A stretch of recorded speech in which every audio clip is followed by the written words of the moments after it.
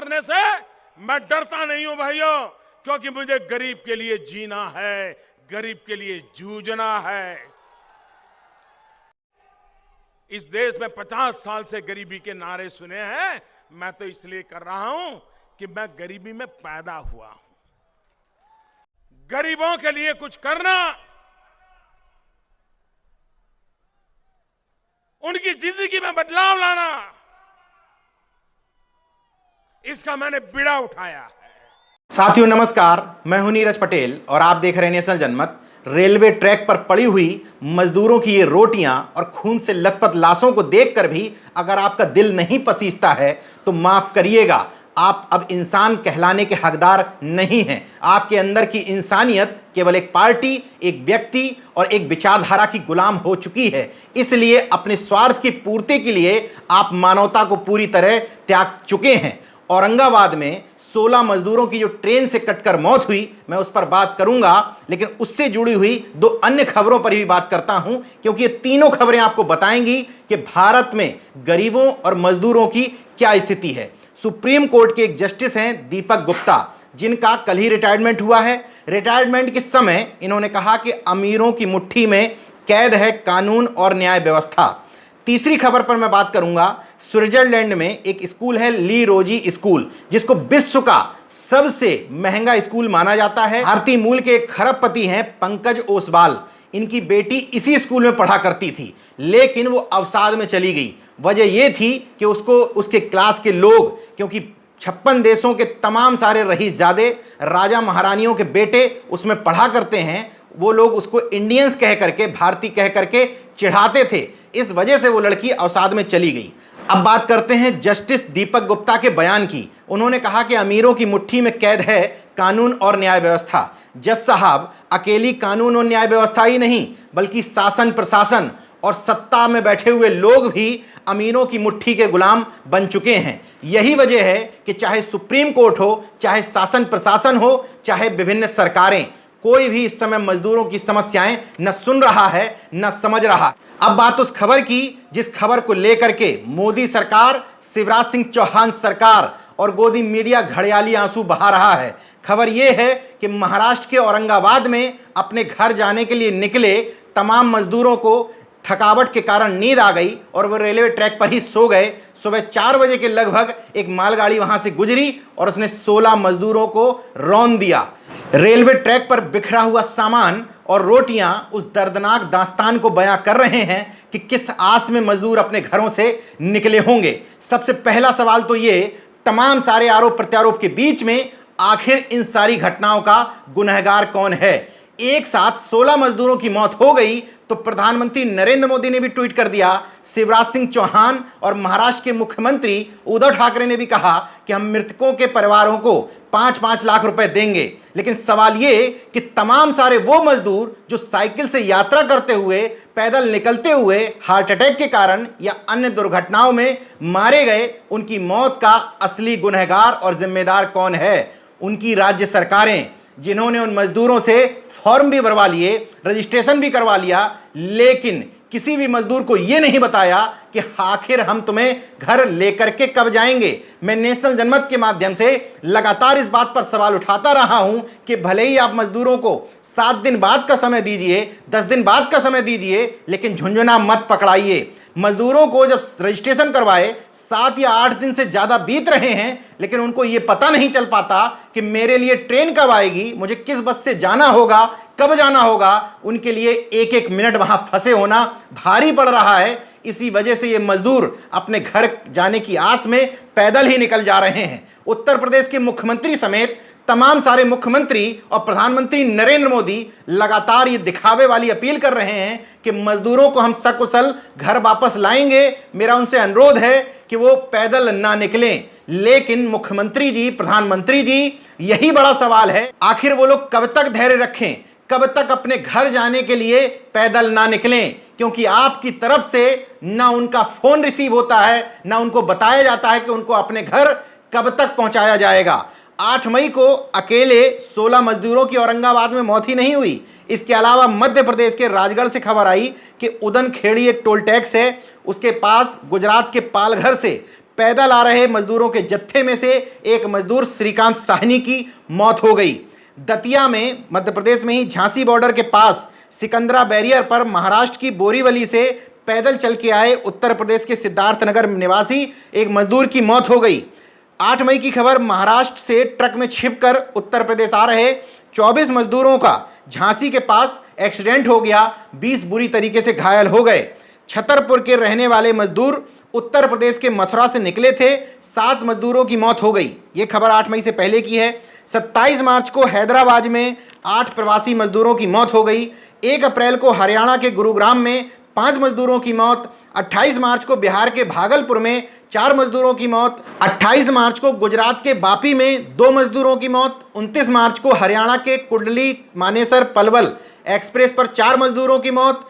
30 अप्रैल को उत्तर प्रदेश के अलीगढ़ में 3 मजदूरों की मौत। 28 मार्च को मुंबई के विरार में 4 मजदूरों की मौत। 30 अप्रैल को बिहार में 2 मजदूरों की मौत। ये वो आंकड़े हैं जो सोशल मीडिया पर देखने से मिल जा रहे हैं, लेकिन इसके अलावा तमाम सारे वो आंकड़े हैं जो देखने को नसीब नहीं होते। एक खबर और आप लोगों की निगाह में पड़ी होगी। छत्तीसगढ़ जा रहे थे मजदूर साइकिल से, उनके छोटे छोटे बच्चे थे, बच्चे घायल हो गए, लेकिन पति पत्नी दोनों की मौत हो गई उत्तर प्रदेश के लखनऊ में।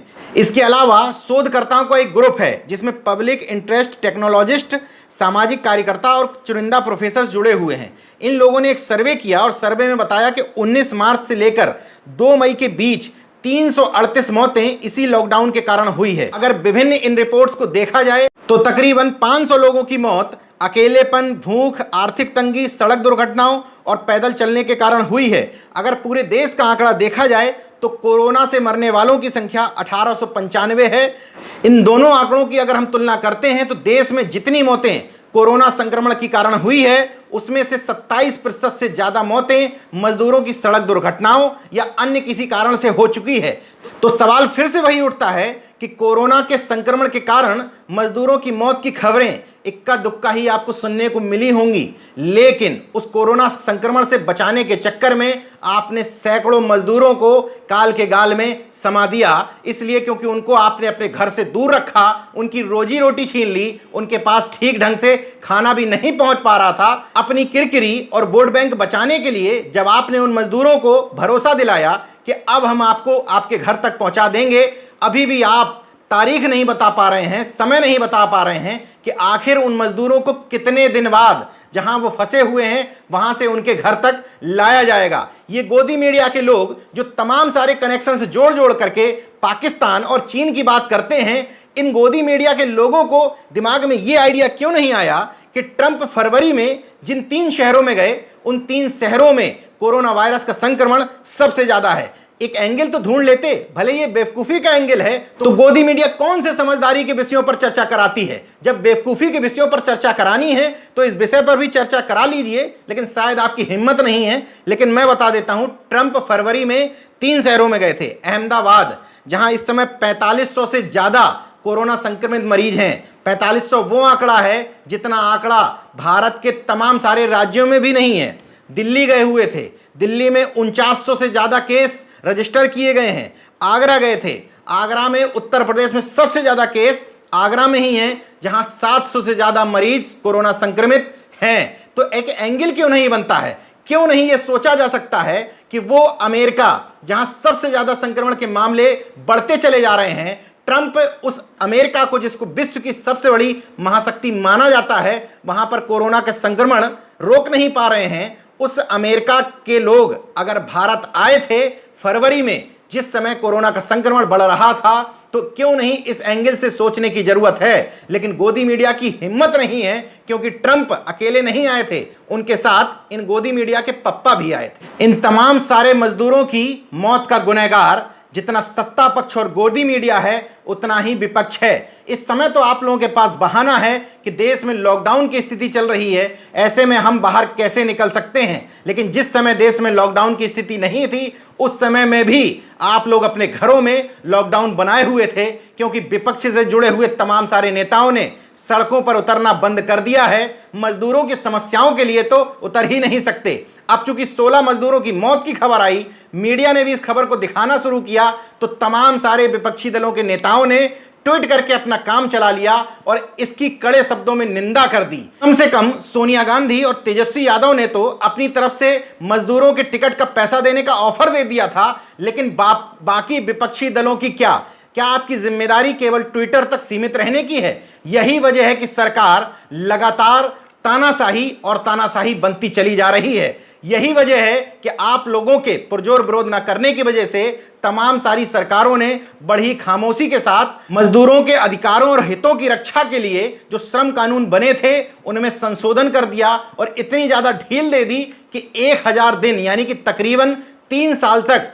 मजदूरों की स्थिति बंधुआ मजदूर से ज्यादा नहीं रह गई है। अब बात स्विट्जरलैंड की खबर की कि आखिर स्विट्जरलैंड की खबर का इस पूरे घटनाक्रम से क्या लेना देना। भारतीय मूल के एक खरबपति पंकज ओसवाल की बेटी अगर सिर्फ इस कारण से अवसाद में जा सकती है कि लोग वहां उसको इंडियंस कह करके चिढ़ाते थे, तो देश की स्थिति ये सोचने की जरूरत है कि भारत में जो जाति व्यवस्था है, जो कास्ट सिस्टम है, उसके हिसाब से भारत में मजदूर और वंचित वर्ग के लोग एक क्लास नहीं है बल्कि देश की कुछ चुनिंदा जातियों से आते हैं। तो आप सोचिए, जिन लोगों को खरबपति पंकज ओसवाल की खबर सुन करके कष्ट हो रहा है, वो सोचिए कि भारत में इस तरह का भेदभाव तकरीबन हर स्कूलों में देखा जाता है। इसलिए क्योंकि वहां पर पैमाना अमीरी गरीबी नहीं होती है, वहां पैमाना जाति होती है। जब आप किसी बच्चे को जाति को लेकर के बार बार टारगेट करते हैं, फिर आप उसके बाद उम्मीद करते हैं कि इस लड़के को बिना आरक्षण के दोनों में बराबर स्तर का कंपटीशन कराना चाहिए और जो रेस में आगे निकल जाए उसको हम विजेता मान लें। कैसे संभव है?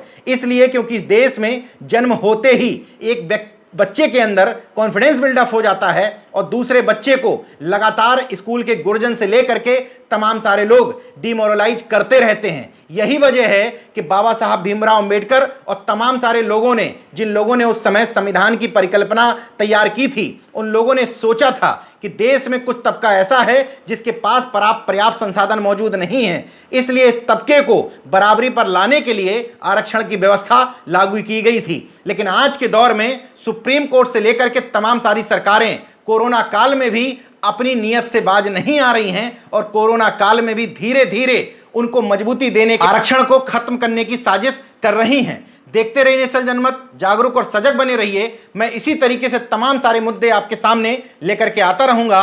जय विज्ञान, जय संविधान, जय लोकतंत्र। धन्यवाद। तो अगर आपने मेरा YouTube चैनल सब्सक्राइब नहीं किया तो प्लीज़ सब्सक्राइब कर लें और उस बेल आइकन पर जरूर क्लिक करें, जिससे जो मेरे न्यू वीडियो है